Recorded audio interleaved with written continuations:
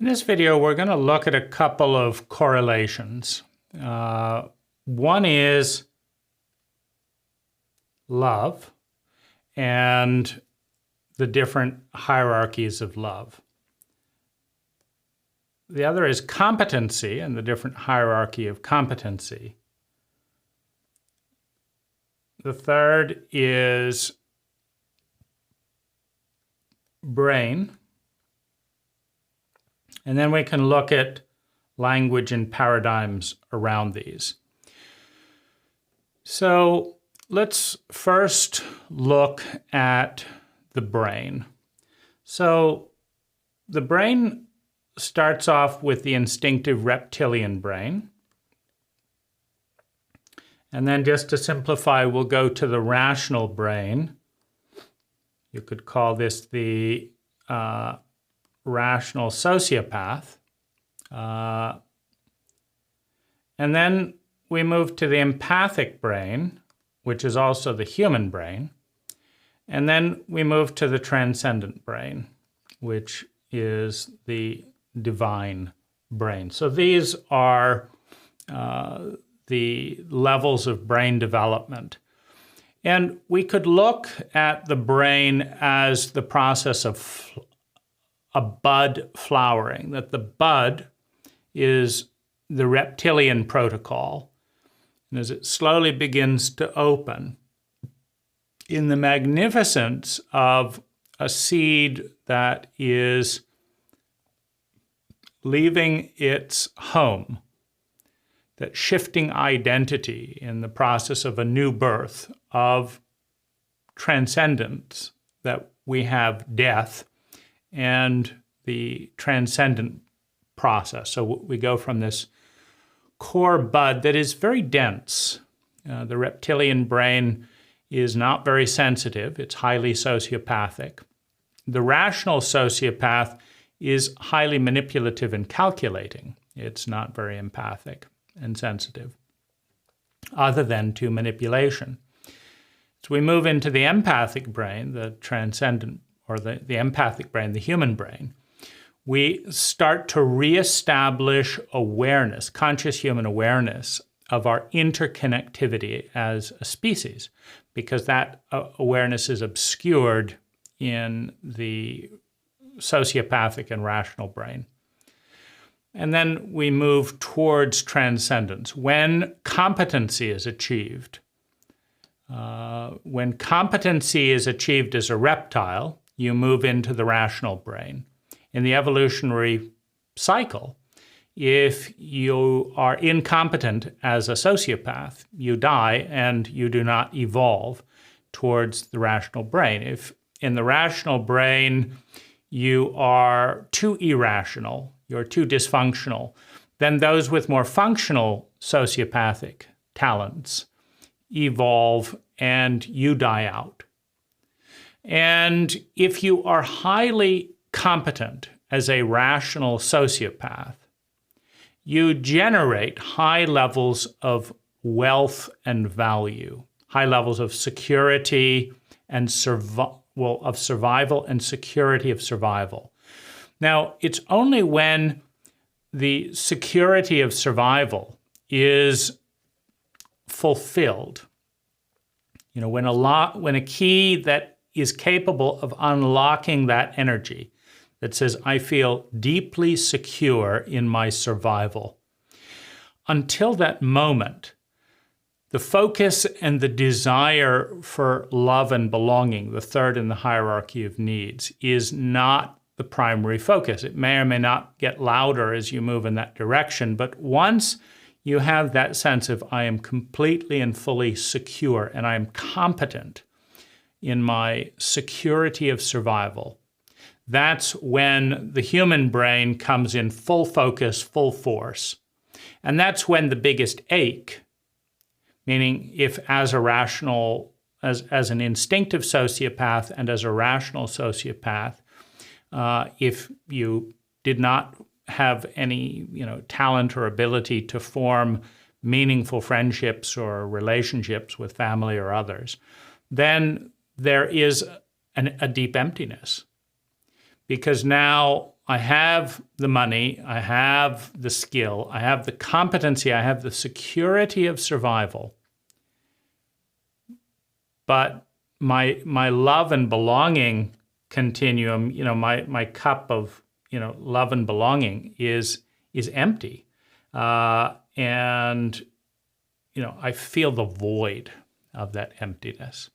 And that's when it becomes, in the hierarchy of human needs, the most important priority, to fill that up.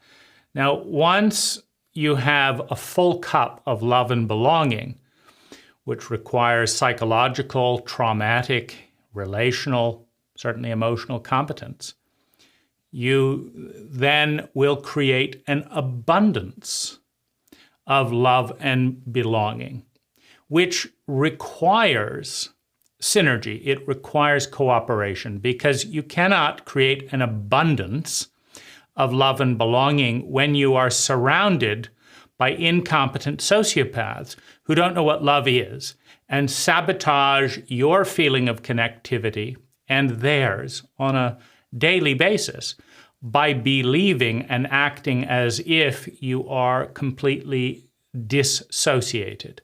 That's what a sociopath is. They have had so much experience of trauma, and you do not traumatize an infant unless, as a culture, you dissociate from the infant.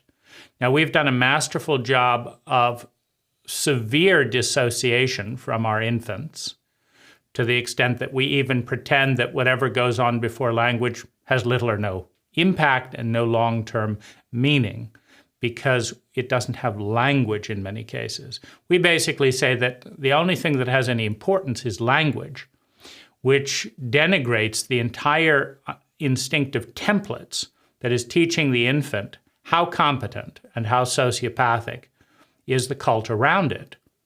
So by dishonoring the infant, we dishonor the cult by setting all of our relational templates to the sociopathic templates, the templates that get formed when an infant is born into a world that treats them sociopathically, are sociopathic templates.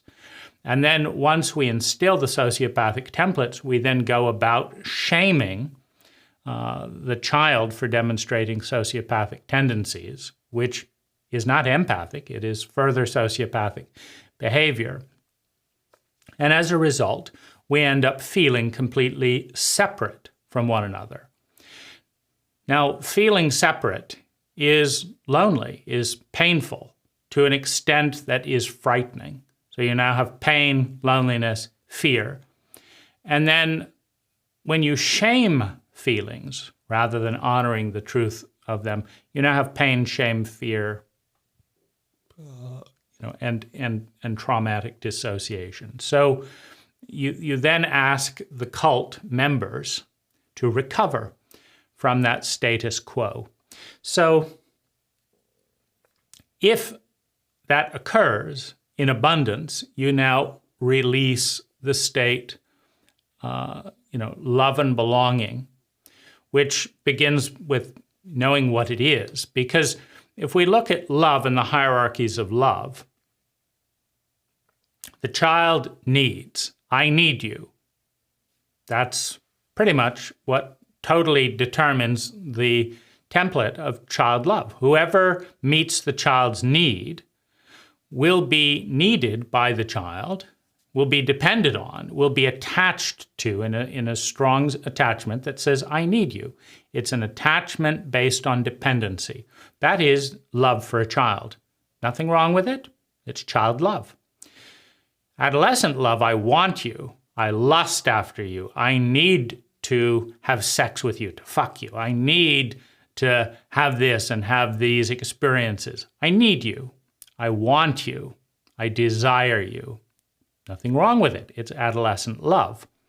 But it's worth noting that both child and adolescent love are completely narcissistic and self-centered, and that children and adolescents are largely narcissistic and self-centered, and should be. There's nothing wrong with an adolescent being self-absorbed, self-important, blah, blah, blah.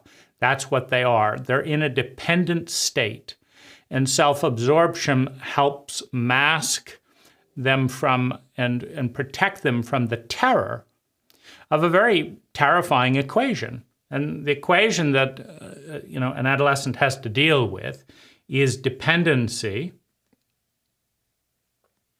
plus incompetence equals probable pain. So anyone in a dependent relationship in this culture is dependent on a culture that is largely incompetent in a number of key areas. Relationally, psychologically. You look at homeless people on the streets at one of the 5th wealthiest counties in the United States, and you call that a first world. We cannot provide a tent. Sleeping is illegal? Now that's highly sociopathic, highly incompetent. And then where is the anger being directed? At the most vulnerable people. That is also highly incompetent, highly sociopathic. Now these are, card-carrying liberals. They're my clients. I talk with them, right? What do you think about building an ADU for low-income housing? Oh, I don't want those people around me. Those people? Which people? You mean poor people who, quote, cannot afford a $640,000 home. Yeah, those people. Single mothers, hairdressers, artists, people who just finished college and can't afford a $650,000. Those people, right? You don't want those people, your next generation of cultured people. You don't want them anywhere near you. This is profoundly sociopathic, profoundly ignorant, profoundly incompetent.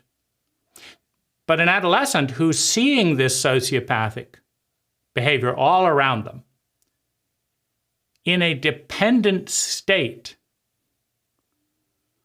has got to be terrified that they depend on such ignorant idiots to survive, right? And that is one reason that being self-absorbed and self-important and putting on the blinders and just not looking at how dysfunctional the culture is around us is intelligent, because the adolescent doesn't have legal authority to get a job, can't leave home legally. So if you admit by age 14 that your parents are morons, that do not have your best interest at heart, and you'll be going into a world of morons that do not have your best interest at heart. Morons that trained your parents to be parentally illiterate and then said, that's fine. This is not good if you're an adolescent. And it's even worse if there's spouting, right? The greatest culture on earth, it's great to be an American, all of these things. You think, these guys really don't get it, do they, right? So an adolescent has a lot to be worried about coming into the cult. And so, anyway, but an adolescent cannot love as an adult. They can lust as an adolescent. They can imagine desire, and it will all be about them. I want you to make me feel this way. Why? Because I'm in a dependent relationship. You're not asking someone to make me feel this way because I could make myself feel that way. No, I don't know how to make myself feel a certain way. You made me feel. I need you to make me feel. I want you to do this so that I can feel this.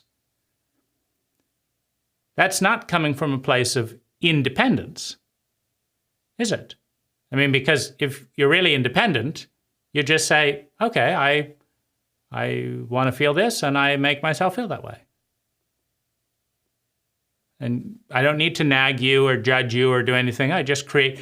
But how can you do that in a psychologically illiterate culture where you haven't learned a single competent hour of emotional literacy since you were born? And you've gotten 10,000 erroneous, unscientific messages about feelings being bad It's like we don't tell thermometers that 98 degrees is bad. We ask them to tell the truth. What is the temperature? It's 98 degrees. We don't break the thermometer. We don't talk like that in this house. But that's exactly what the thermometer of the human heart gets as a barrage of stupidity when a child says, I hate you because blah, blah, blah, blah, blah. We don't talk like this in this house.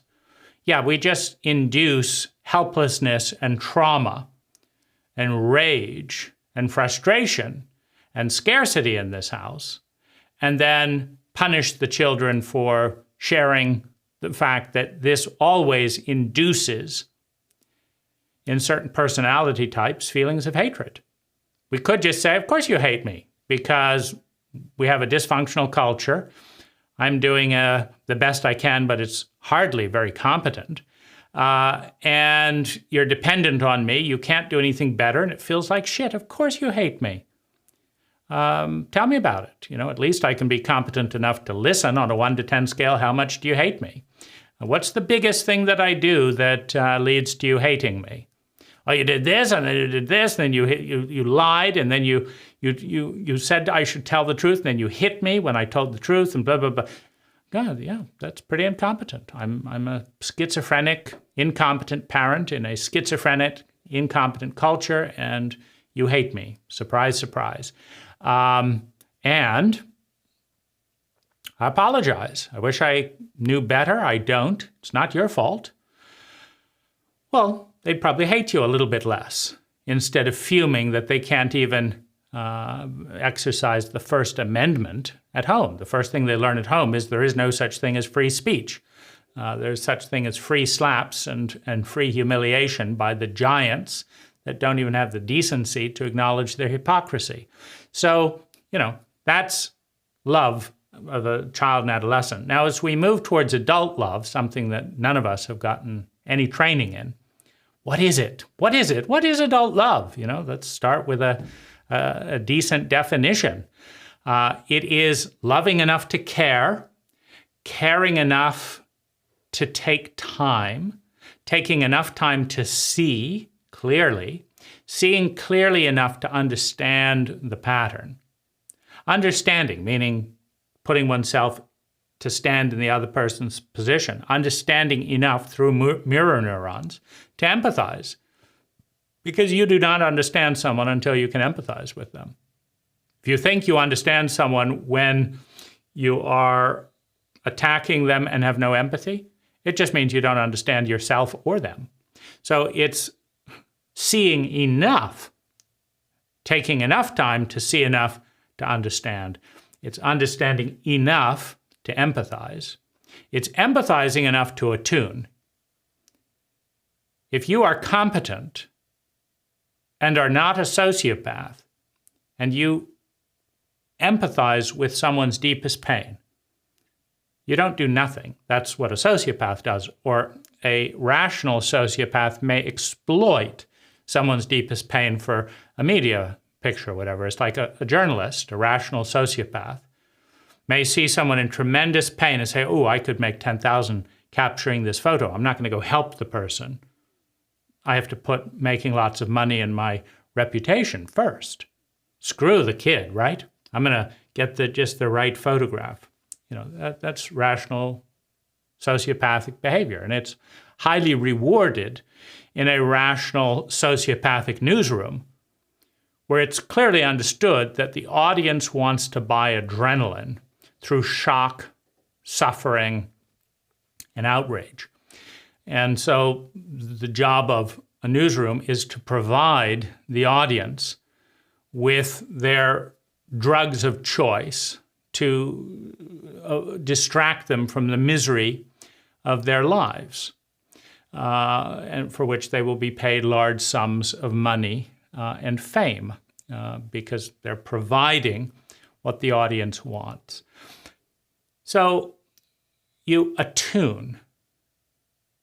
And you attune and continue to attune. That's modulating behavior, adjusting your behavior until you have a successful impact at facilitating, at supporting, at caring for another human being in such a way that their survival increases, that the security of their survival increases, that their sense of love and belonging increases, that their sense of self-esteem increases, that their awareness of what their talents and abilities are increases, that their skills at those abilities increases, that the abundance in their life and the life of those around them through bringing those talents into the world increases, and that they're feeling a part of something grander, something bigger increases. Now, that's adult love, and many of us have never experienced it in any cogent form, let alone gotten a definition, to understand what it's like to be loved and what it's like to love. So in a psychologically illiterate culture, you don't even know what adult love is. But this is the hierarchy or the developmental cycle of love. The child and adolescent love are narcissistic and self-centered. The adult love begins by loving the inner child and adolescent. And once one has loved oneself enough to care, cared about oneself enough to take time, taken enough time to see, saw enough to understand enough to empathize with oneself enough to attune, to change behavior, change enough behavior to succeed at facilitating survival, security, love and belonging, self-esteem, development of gifts, bringing those gifts abundantly into the world and becoming part of something bigger. Now you have self-love, and once you have filled the aching void of a dysfunctional culture, you can then naturally look outward. An adult that loves themselves naturally shows interest in the 99% of the ecology that is out there, because we are part. The transcendent brain acknowledges our interconnectivity on all dimensions with the 99% of the larger self, the larger pattern of energy that is out there. And a healthy, fully loved adult is curious because most of itself, most of what is out there. A healthy, fulfilled individual is more interested in listening to you than they are about talking about themselves, because you're new. They can learn something. You're interesting. You're different. And a healthy individual is not terrified of the unknown. They're excited by it. But in order to get those healthy individuals, you need a healthy cult that produces them, which we do not have. So that's the hierarchy of love. Now, the hierarchy of competence is the hierarchy of intelligence. Now, if you look at the intelligence continuum, up at the top, you have low energy consumption and you have high well-being. That's kind of, you can look at it like an electric motor.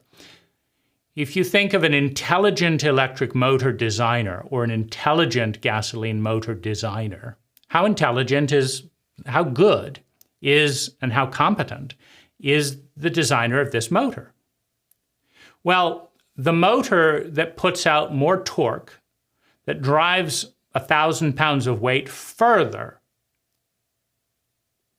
with the least amount of gas or energy, it could be electricity, it could be gas, it could be diesel, the least amount of energy is considered the best design. Meaning if you're a car manufacturer and all motors cost $1,000, and this motor gets you 1,000 miles to the gallon, and this motor gets you half a mile to the gallon. And there are all of those in between. Those, that 1,000 miles to the gallon, half a mile to the gallon. Now, your intelligence as a car manufacturer, the first test is, do you pick the motor that goes 1,000 miles to the gallon? If you don't, you have no business being in car manufacturing because you're an idiot. You don't understand that in an environment, an ecology where everything costs energy and there's scarcity because we're incompetent, that there's a feeling of scarce resources. Every dollar counts, every gallon counts, right? And so if you just throw away, thousands of gallons of your client's energy by putting in your car the motor that drives half a gallon or that goes half a mile per gallon, and you didn't pick the motor that runs 1,000 miles the gallon, once this is known in a competent culture, you are fired, appropriately so, because you have no business selecting the motor if you're that dumb, right? We're talking about intelligence. Why? Well, if you can go 1,000 miles, the idea, the theory, is that you know what you're doing.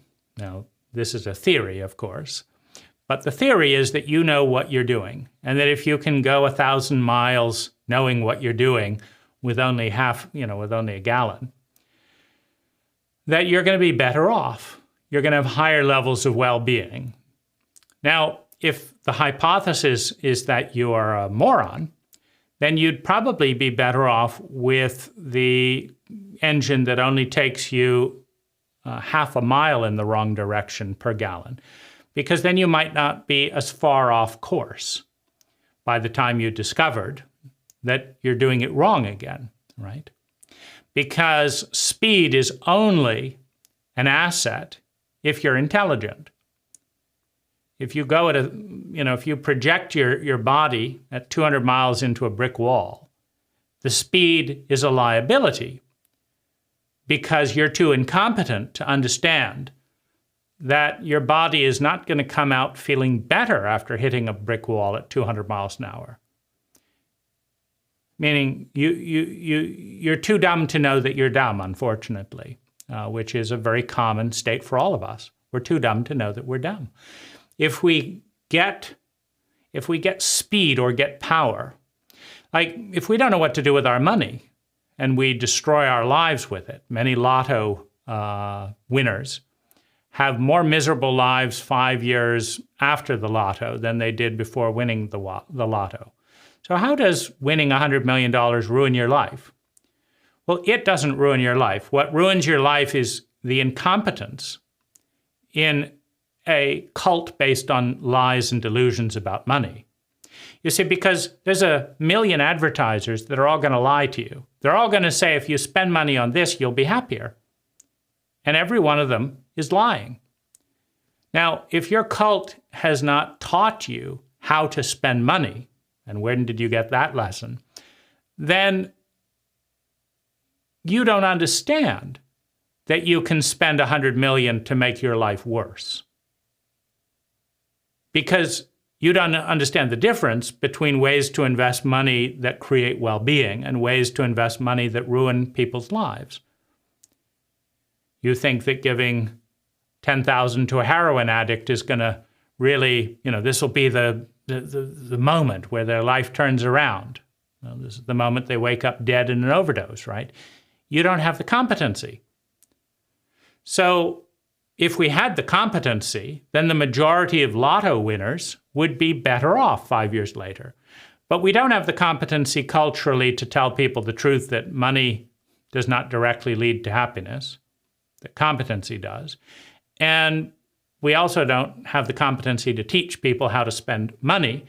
So naturally, the statistics will show that the majority of people who are given a large sums of money will be more miserable 5 years down. And one of the reasons they'll be more miserable is when you're poor and your cult tells you, make more money, make more money, make more money, and then you'll be happy. It's a nice thought, isn't it? It's encouraging. All I have to do is make more money and then I'll be happy. That's an encouraging thought. I loved that thought in my 20s. It wears thin, though, once you have enough money and you're still not happy. And now you've got a much bigger problem because your cult is still spouting. It's been going on as cults do and saying, make more money and you'll be happy, make more money and you'll be happy. It's a broken record. And that's the thing, it's broken. But you didn't know that when you didn't have any money. Now you know it's broken. Uh-oh, I don't know what to do. I still hear the broken record. I now know it's a lie. I now know it's a lie, which means I've got nothing to look forward to. When I didn't have money, I looked forward to having money. Now that I have money and I know that having more money is not going to make me happier, now I don't have anything to look forward to. In other words, I'm more miserable for two reasons. One, I don't have anything to look forward to. And two, because my cult lied to me.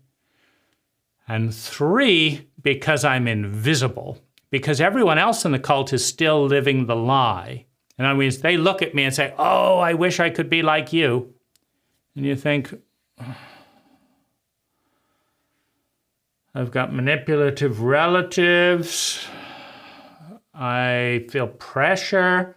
I wonder what's wrong with me because I'm not happy. Is it only me? I want to talk about this, but my cult tells me to be positive. Oh my goodness. And nobody understands because they all tell me that I'm happy because I'm rich. They don't get it. Meaning now I'm misunderstood. When I was poor, everyone understood because they were poor too. But now that I'm rich, they don't understand because they're not rich and they don't have the imagination to grasp how lonely it feels to be told how lucky you are when you feel worse. And nobody is interested in how you feel. They're interested in their projection about what you should feel. In other words, they're choosing the cult above your authentic feelings. Doesn't feel good. And what's the way out? Well, make more money? What do I mean? If 100 million doesn't do it, a billion's going to do it? Give me a break. So you feel lied to. So you feel worse. Well, then there's the fact that we don't teach people how to manage money in school because that's a useful skill. And there's a ban on almost all useful skills in education because you'd have to be intelligent to design an education protocol that teaches useful skills like learning to drive, starting a business, making a sale, negotiating an argument with your partner. You'd have to be intelligent. But the education system is designed with the same psychologically illiterate people that are your parents. So they don't know how to design an education system. And they were raised by people who didn't know how to design an education system. And unfortunately, so were you, right? You were raised by people that don't know what they're doing. And they don't have the decency to admit it. Well, that's no fun. Because why are you going to suddenly figure out what's going on when your parents didn't figure it out, when their grandparents didn't figure it out, when their great-grandparents didn't figure it out, and when their great-great-great-grand, when they didn't figure it out either? But suddenly, you're going to figure it out? Surrounded by morons looking out there? You don't know what they're doing. You don't know what you're doing. But who am I going to learn from? Well, you're going to have to go and look at minorities. But cults are vicious towards minorities, and you may not want to get too close to and associate with a minority, knowing that cults penalize minorities for the crime of being different.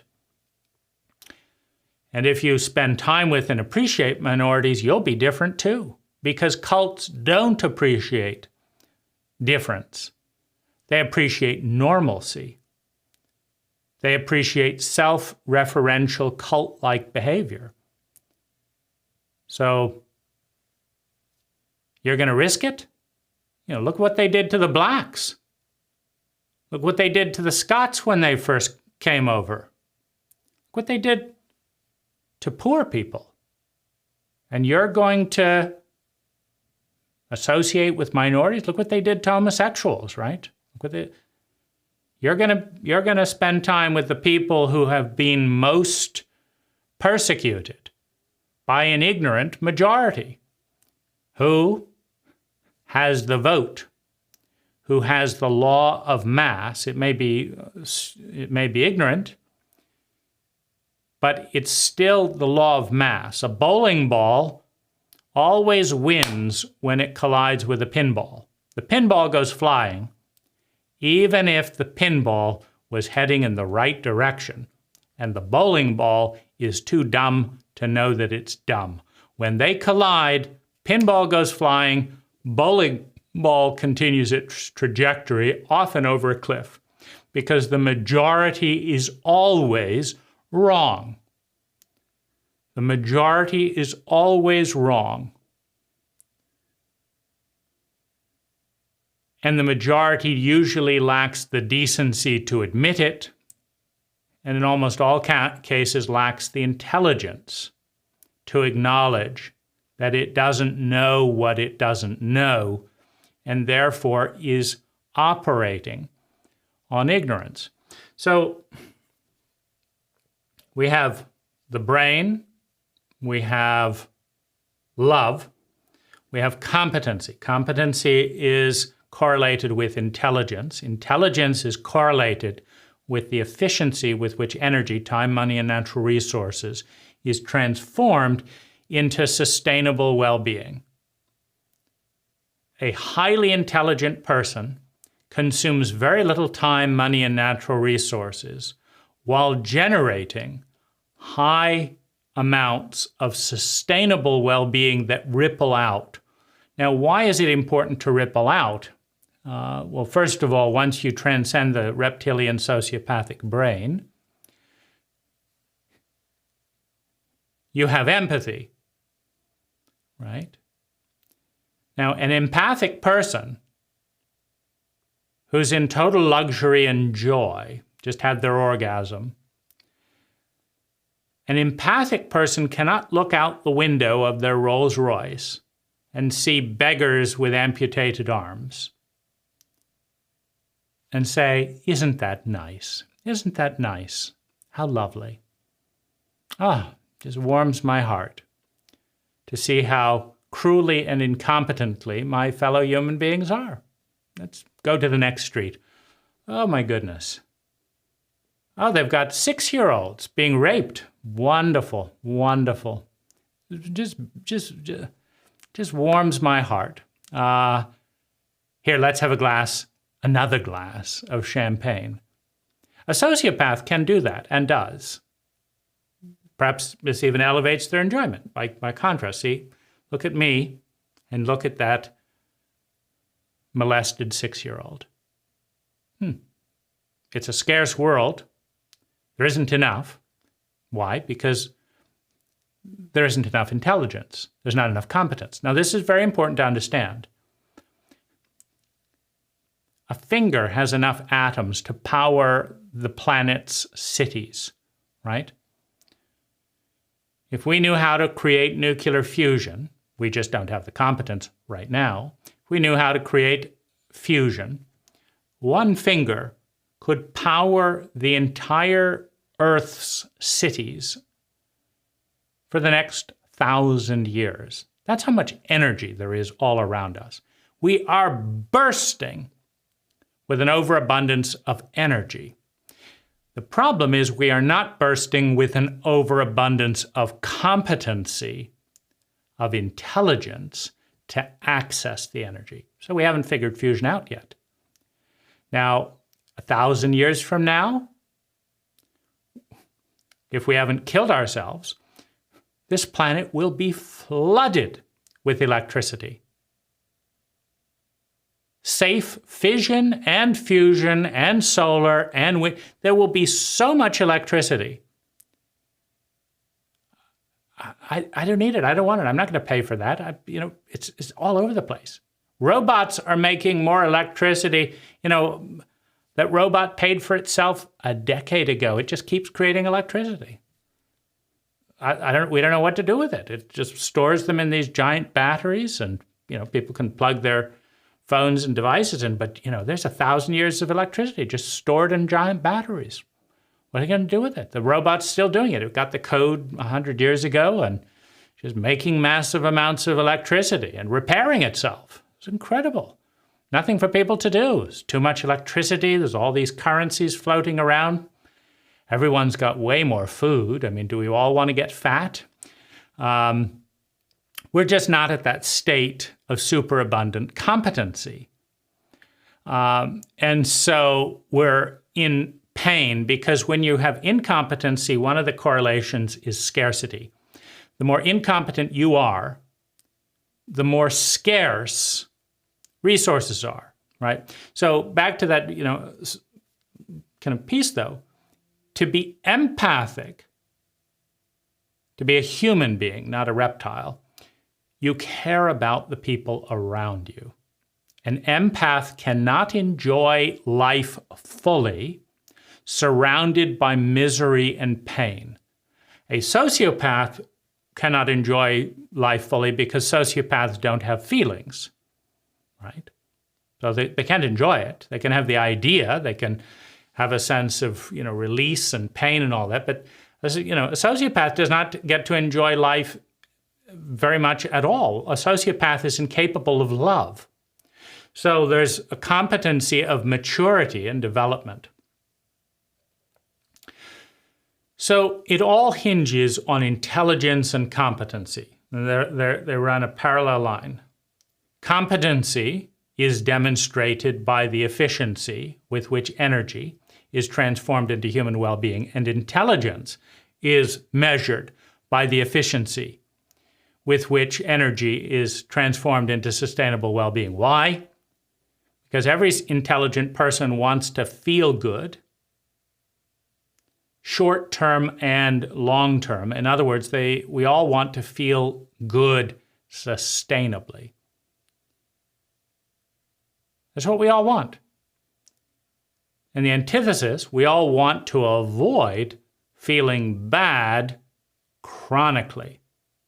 Now, in an incompetent environment, you have to take short-term pain for longer-term well-being. And an intelligent person, given the choice between feeling long-term pain and short-term pain, will pick short-term pain over long-term pain. In other words, they'll take a short burst of pain in a scarce environment to have more well-being long-term, right? So in a capitalist cult that is incompetent, not everyone will have enough money to survive and feel secure. If you were competent, who would design a cult that guarantees failure for large percentages of the population? A sociopath might, but a sociopath is not as competent as a competent empath, right? Because if you want to feel sustainably good, then being a competent human being surrounded by wealth that ripples out into the world around you is more competent because it allows you to feel more sustainably better by opening up more dimension to your feeling. It opens up the doorway to love, right? You cannot love as a sociopathic reptile. It's just the way it works. Snakes cannot love the way a human can. They never will be able to. Now, we can regress through trauma and incompetence to our reptilian brain and not know and feel love, if anything, at all. We can do that. It's just a symptom of incompetence, right? It's not a symptom of intelligence or competence. It's a symptom of incompetence. And where do you learn all that stupidity? Well, you grew up with people teaching it. Kids don't come in as isolated individuals. They are fractal representations of their cult. So, the big pivot is competency. If you have a cult or a culture that can teach children how to meet all of their human needs sustainably, with high levels of reliability and efficiency, then by the time a kid is a teenager, they are no longer trapped in the trauma of a reptile that's been severely abused in an incompetent cult. They are filled with abundance in life, right? That's where it ends up. This is exciting, right? All we need is competency, and we will be able to initiate children into adulthood. Now, why would you want to initiate a child or an adolescent psychologically? Because sure, their bodies will grow up on their own, but we are surrounded by people who are regressed to age 6, to age 10, to age 15. We are surrounded by people who do not know what it is to love as an adult, because psychologically they are not adults, because the cult is too incompetent to initiate them into adulthood. So they may die at 80 years old feeling 15 years old inside, because the cult didn't do its job to initiate an adult. Now, why do you want to initiate adults? Well, to start, do you want to be surrounded by narcissists for the rest of your life? The cult produces narcissists, which is why you are surrounded by narcissists and will continue to be surrounded by narcissists for the rest of your life if you passively go along with the cult. Now, if that doesn't sound like a lot of fun, you're going to have to initiate some of those narcissistic adolescents into adulthood. Initiate someone into an adult? What is an adult? Well, to start, they're the one capable of adult love. They're someone that's gone through the process of sympathy, blind acceptance of the cult, full rejection and antipathy, rebellion, and are moving towards synthesis, towards a unique, sustainable model of behavior, of identity, thinking, feeling, speaking, doing, and being. The unique version of that is intelligent, that is more intelligent than either of their parents. That's an adult. You have to face death because you cannot move out of a cult identity, a family identity, and into a sense of the self, a sense of the one, of the sphere. You cannot return to the larger ecology and still cling to the old pattern of thinking, feeling, speaking, doing, and being. So you have to face death to become an adult. Not physical death, the death of one's identity. And cults are terrified of change. They're terrified of death. And they cling to their identity because it's familiar. Now, when you understand that most abuse happens by families, if advice to children was truly scientific, they would say, look, 3/4 of all kidnapping, all sexual abuse, all molestation, all incest, all of that, 3/4 of the most horrific things in your life are going to be given to you by a family member or close family friend. And 25% of the worst things that ever happened to you in your life will be given to you by a stranger. Now, we want you to win, kid. So our advice is watch out for your parents and close family friends and talk to strangers. Please get to know those strangers because they're the ones you're going to have to ask for help because your family is too fucked up. When Uncle Harry molests little Jenny, you see, Uncle Harry's paying the rent. And Mom and Dad don't want to have a conversation with Uncle Harry because they don't want the rent checks to stop. And so little Jenny, no, you must be imagining things. Don't talk about Uncle Harry. Look at all the nice things he's doing for this family. A stranger, without a conflict of interest, might get little Jenny out of there. But we wouldn't want that, would we? We wouldn't want children to be free of their abusive parents. Heaven forbid. So don't talk to strangers and trust your parents. They love you. And the cycle of fear, loneliness, trauma, and shame continues, right? Because cults are not science-based. They're cults. So they're based on dogma. They're not based on data. The data says, get rid of those parents and go talk to strangers. The dogma says, don't talk to strangers. They're scary. Your parents love you.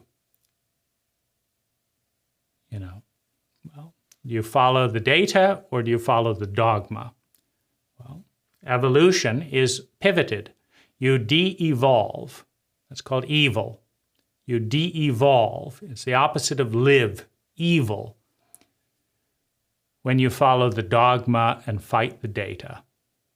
You evolve, you grow, you mature when you follow data, right?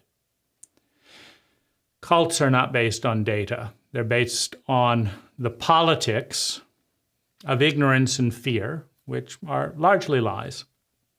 So we're dealing with competency. Now, it's important to understand that every individual is in one of these child, adolescent, or adult states.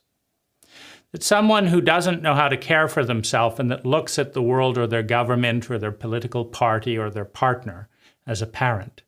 Daddy's going to take care of me. My husband's going to take care of me. My best friend, my strong best friend, they're going to take care of me. My government's going to protect me. This is a child. And it's what a child thinks and needs to think to feel safe.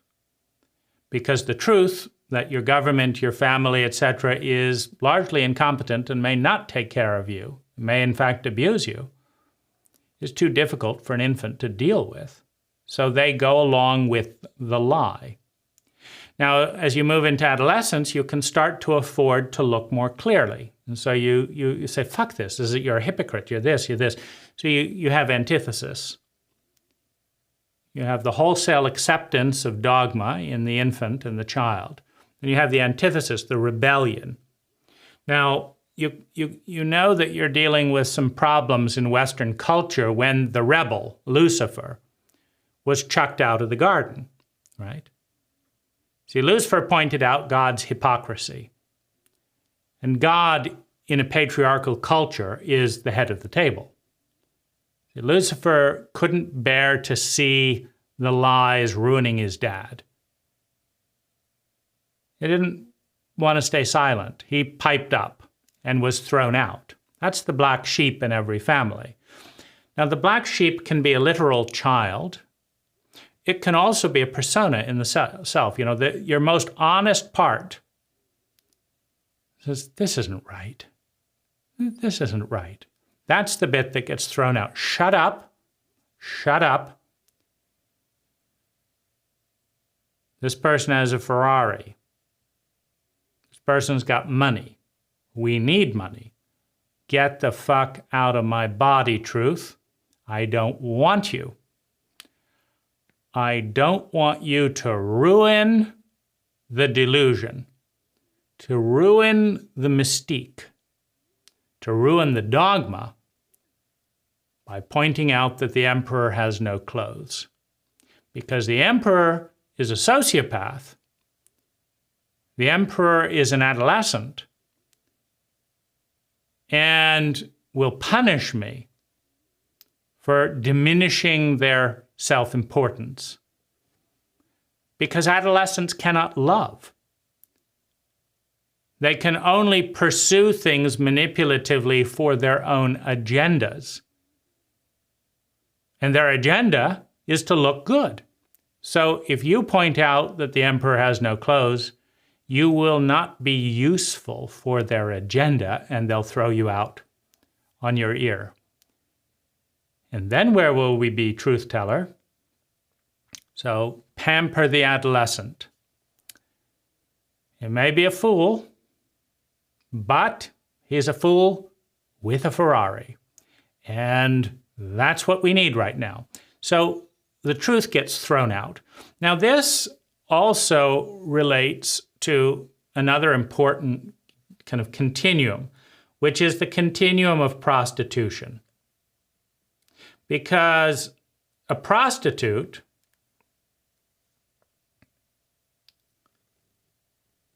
and it's a continuum, a prostitute is inauthentic. A prostitute lies in order to secure false resources. Oh, honey, you look so handsome. Here, have another $100. In fact, you look more than handsome. I don't understand why your wife doesn't appreciate your stinking breath and bristles. My nice creamed face, it feels so nice being poked by those bristles. Your wife's been nagging at you again. Here, let me suck on this withered penis. Oh, good, you're putting another $500 on the table. Let me suck on this magnificent penis. Right? We're in the domain of prostitution. I don't have something. I don't have survival or security. I don't have love and belonging. I don't have self-esteem, whatever it is. I don't have something. The cult says if I get more money, I'll get it, right? What's one of the easiest ways to get lots of money? Well, prostitution has always been the highest paid job on the planet. Now, it doesn't matter whether you prostitute yourself for a job you hate. I hate this job, I'm just doing it for the money. Sound familiar? What's different, Well, I would never suck my boss's cock. I'll just spend 10 hours a day doing things I hate doing, raging, and not leaving. And then say, anything else I can do for you, sir? You don't think that's a prostitute? She only did it for 30 minutes. You did it for 10 years. Who's the prostitute, right? Now, the cult dogma will filter all this and say, well, sexual prostitutes, people who do things that they don't really feel. Oh, that's terrible, terrible. But people who do work they hate, oh, that's fine. Why? Well, that's just what the cult says. Well, we couldn't challenge the cult and what it says. Just what the cult says.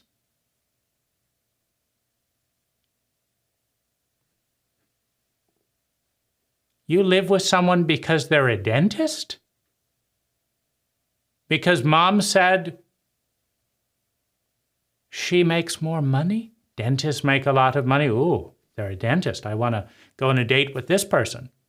That's not prostitution?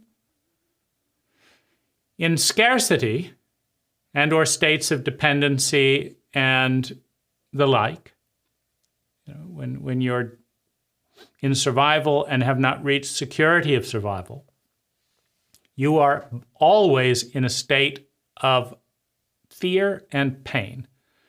Fear and pain that is looking to prostitute itself in order to please someone who is not scarce around resources.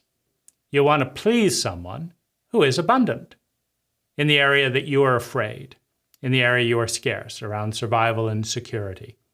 You cannot love anyone as an adult from a place where you are not independently secure in your survival. It's not possible. Because if you know that someone could destroy and traumatize your life simply by not writing a check, and you do not know what you would do, and you do not know how to do it, you will be afraid of that person because they hold the power. Why? Because they've got more competency than you do. If you had competency, you'd have 3 or 4 plans, and there's no fear. Oh, I just get a job doing this, this, this, and this. I know how to do that because I've done it before. I'm not worried about getting fired. It might be a fun relief, right? Now you don't have to lie. You don't have to prostitute yourself. You can say, well, I could do this job or this job or this job. Overall, this is my first pick. So I'll do this, but if that doesn't work out, I'll do this over here. And if that doesn't work out, I'll start this business. And if that doesn't work out, I'll start that business. And if that doesn't work out, I'll start this business. And I'll keep starting businesses until, I always get one winner within 7. And so, then we'll have another 100 million and, put that away, and then we can do what we want with the rest of our life. And yeah, I don't really like you. I'm not going to work for you is the authentic feeling. And so that's what I say. And I don't want to deal with your outrage about that. So I'll just say, thank you, but no thank you, because I'm competent. I'm competent. So I'm no longer a prostitute. I have to say the things my partner said because what? Because they'll remove my love and belonging. If I tell them what I feel, if I tell them what I think, I have to move. I will lose my love and belonging because they don't want to hear that. They're only going to love me or let me sleep in their house or be monogamous with me if I don't say this and if I say this. I'm not loved for my essential self. I'm not being my essential self. I'm loved because I didn't say this, because I did say that I knew they wanted to hear, and because I'm useful for their child and adolescent agendas as they try and secure and fill the void in an incompetent cult to look good and not look bad. I am useful in that. And so I am loved, i.e., allowed to engage in this way. And I may feel like saying this, but I can't. And I know I can't because I don't have independent supply. I don't have the talent, the competency to create my own survival, security, love and belonging, and self-esteem.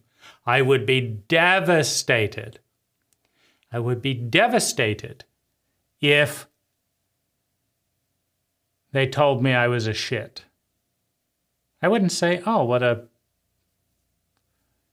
sad thing. They don't have the ability to accept this part of themselves. Interesting. I wonder what's going on with that.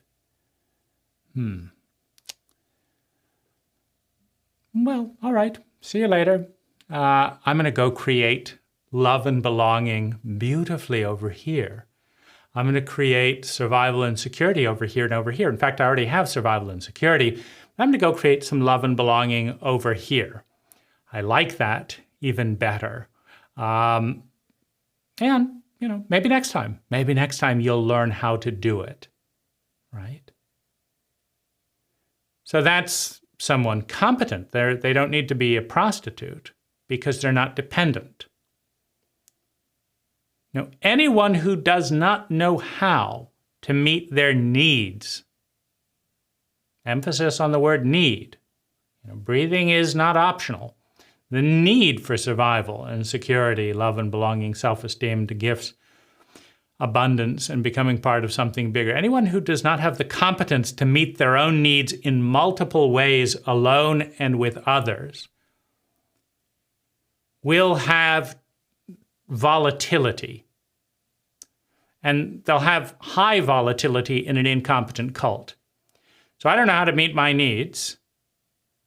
Now you know how to meet my needs. Oh, thank heavens. Thank you can keep me alive and do this. I'm so glad I found you. I need you. Don't leave me.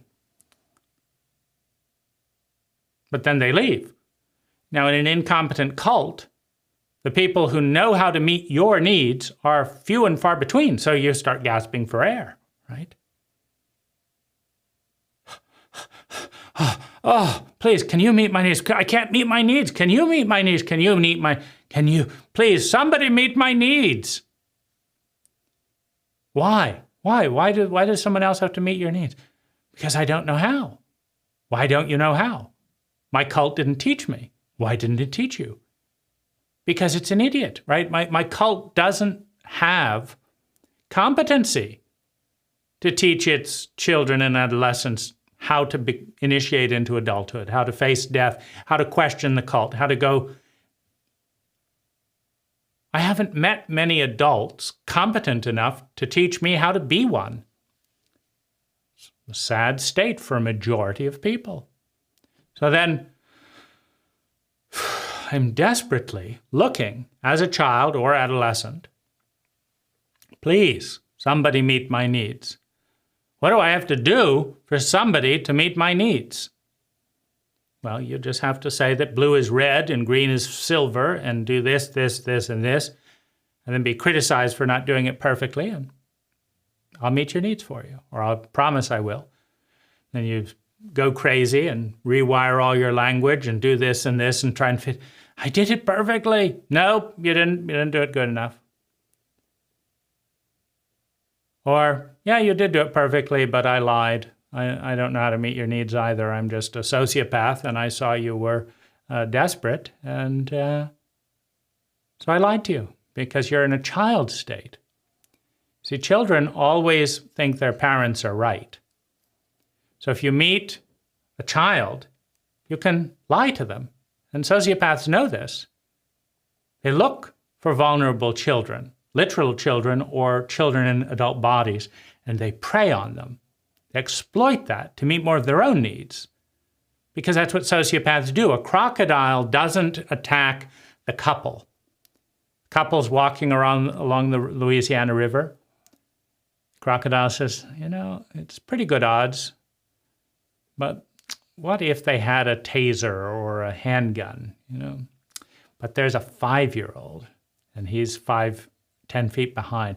I'll bet I could get a 5-year-old before either of the two big ones knew what was going on. And then I would have more food with less effort. Good sociopathic protocol. Excellent, right? This is what Microsoft eats for lunch. Goes out there and sends 20 attorneys to harass some small company who had the audacity to make a better product. Says, we've got $38 billion in cash. Do you really think you're going to come out winning here? What do you think? Or maybe you just let us do whatever we want and walk all over you because we're bigger than you, right? Good rationalist sociopaths. And let's make it noble. Capitalism. Money more important than human beings. How beautiful. So beautiful. You can't lose. You just pick on little people that can't defend themselves and you always win. It's wonderful. You just have to get big enough that people can't pick on you most of the time.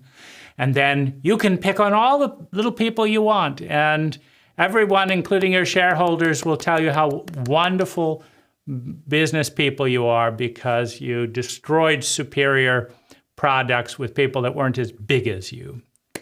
Wonderful, wonderful. And we can all praise Microsoft for yielding good return on shareholder value and ignore the mediocrity that in 40 years they've done barely anything to improve their products. And who cares? Because they successfully stomped out competition and manipulated and lied enough that they created some of the richest people on the planet. How wonderful. Well, let's just do that. And so there's a continuum of intelligence. There's a continuum of competency that parallels. There's a continuum of child, adolescent, and adulthood, and with it, child and adolescent and adult love. And there's a continuum of scarcity and abundance. It's the same continuum. Wherever you're at, it could be more abundant or it could be more scarce. But the continuum of abundance reflects how much competency is available to extract the superabundance of energy that is all around us. We have human abundance. We have cultural abundance. We have nutritious abundance. We have electrical abundance. We have mineral abundance. We have an abundance of space. We have an entire multiverse to explore. We've got abundance all over the place. So why is it that some people don't have a safe legal place to sleep in the United States? Because we lack competency. Competency to be an adult, competency, because a sociopath can look at a homeless person and say, it's not my problem. And they do all the time. A homeless person gets to meet 10,000 Christians a day, Christians in quotation work. A homeless person gets to meet 10,000 Christians a day who all drive by their own dogma. Meaning Christians believe in a dogma. It's called the Bible. You know, thou shalt redo this, the poor or the meek will, the money changers, throw them out of the temples. These are the dogmas, right? The strong should help the weak. The rich should help the poor. Right? The king should help the people. Christ washes the feet of the disciples, right? That's the teaching.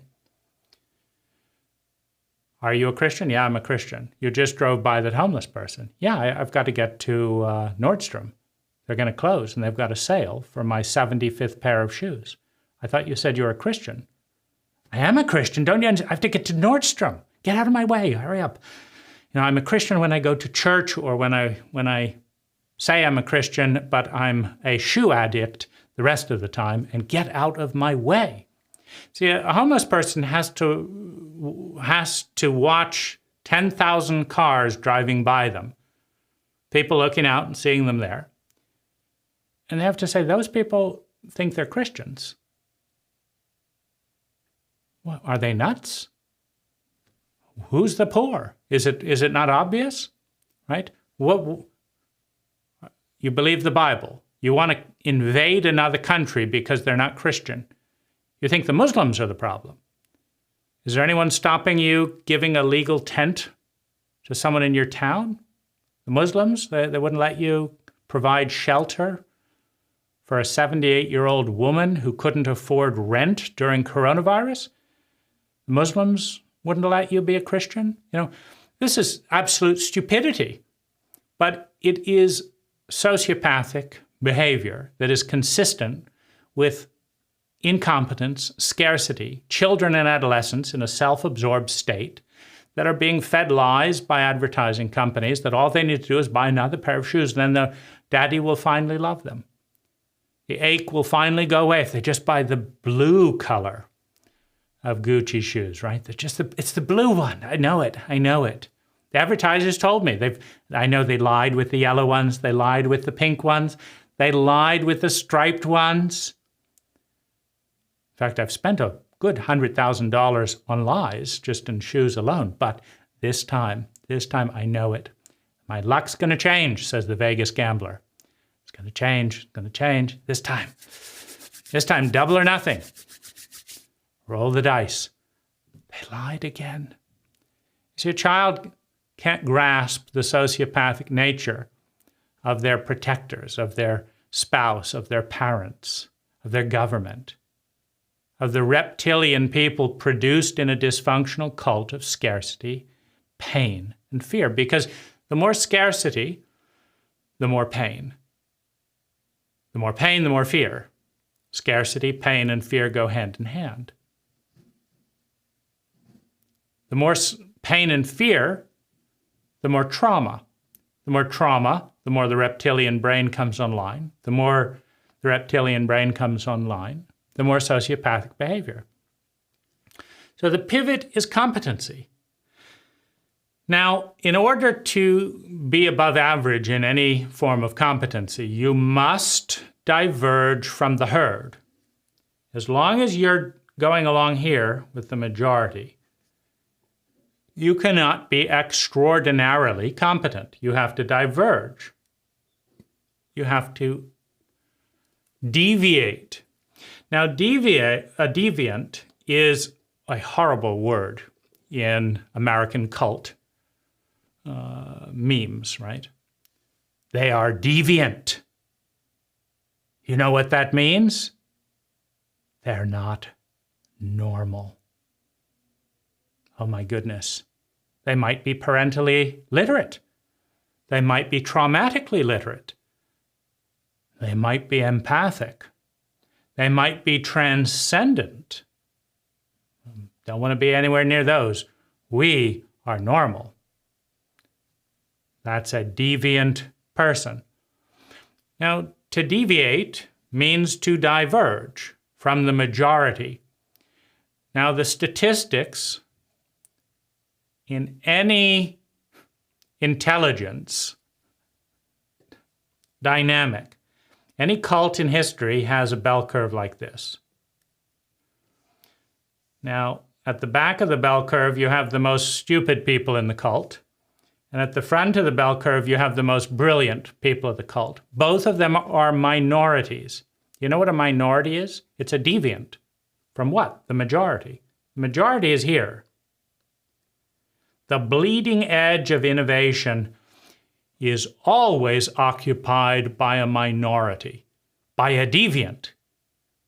So let's just kill off the deviants, right? Let's just get them off of there. Get those deviants off, right? Well, you know, Hitler started by gassing disabled Germans. You know, it was like 70,000 or so disabled, different kids, special needs kids. Just kill them all, right? Because you're deviating from the mean, the average, the normal. Well, how does innovation happen? How does new technology get developed? How does a new company? How does cryptocurrency go from being non-existent to existent? One person. One person says, how about it? And in most cases, a fear-based cult says, no, never work. Flying. If man was meant to fly, he would have been given wings, says the sage old idiot. Governments are supposed to do this, says the new round of idiots, right? If this was meant to be, it would be already happening, says the current round of fools. But it cannot become a mediocre average until long after one person went against the odds, ignored the status quo, and decided that huge brick cell phones were worth it and were a good idea to pursue, even though everyone says they were unnecessary. It is worth running a telex line under the ocean. That a jet engine could be a good idea. You know, when a student in Britain developed the design for a jet engine, everyone said it was useless until the Germans started invading Britain with his drawings. Well, then it was important, right? See, a cult always fights growth because it's a cult, because all growth leads to change. Now, it's worth mentioning that the fear of change is correlated to the degree of trauma and PTSD, because change is correlated with the unknown, and the unknown is correlated with trauma and PTSD. If you have been traumatized in a helpless state without support, you have one thing in the back of your mind over and over again. Never again, never again, never again, never again, never again, never again. I'm never going to let them do this to me again. I'm never going to be out of control. Because if I'm out of control, they might do this to me again. How do you stay in control when you go into some area you not only don't know, but you don't even know what you don't know? You can't. In other words, as soon as you decide that your number one agenda for staying safe in a sociopathic culture is to not lose control, you also decide that your number one agenda is to avoid the unknown and deviation from the known. That's when deviants become evil rather than genius. In a healthy culture, you say that's a deviant. They say, wow, I want to meet him. That's brilliant. How did you deviate and why? This is interesting. All intelligence is occupied, well, not all intelligence, it's a grayscale. The most potent forms of intelligence are always located in minorities, because the majority is not a genius and never will be. The genius is distinct from the majority. If everyone had the same level of intelligence as the genius, there would just be everyone again. And the genius would again be the new genius, the new level of genius who did more than average. There will always be people who do more than average, and there will always be people who do less than average, which means that an intelligent cult fosters and treats its minorities well because it understands that it's too dumb to differentiate between the minorities it's persecuting that are going to lead to its evolution and the minorities it's persecuting that are hampering evolution. Because the majority is too dumb to know that it's dumb, which means it's too dumb to differentiate the geniuses from the laggards, which means it should treat both of them well just in case. Because the future of the cult rests in the hands of the people it persecutes and harasses, often into a sociopathic state, so that by the time someone's a rich person in the world, their altruism has diminished after being persecuted and disbelieved and harassed and traumatized every step of the way. And their fear and their dissociation, their trauma has been increased. So now you have another sociopathic billionaire who's not interested in the greater good because the greater good was never interested in them when they really needed it at 6 years old, before they decided their best path to climb out of hell is to become a billionaire and not worry about other people, just like nobody worried about them. Hi, I'm Dane Rose. All knowledge begins with a paradigm, and out of that paradigm comes an idea, an awareness that we adopt, reject, or synthesize into something better. It doesn't become wisdom, it doesn't become useful until we take action, until we integrate it into not only our thoughts, but our feelings, our body, our words, and our way of being. For that to occur, we have to move from the passive media paradigm into more active engagement. In the link below, in the More Information section, is an invitation to join a very small, deliberately filtered, high-quality discussion with a group of people who share a common language and want to work with these ideas, with me and with one another, with the sole goal of creating 10 times more sustainable well-being for ourselves and those around us per unit of energy invested. Thank you for watching.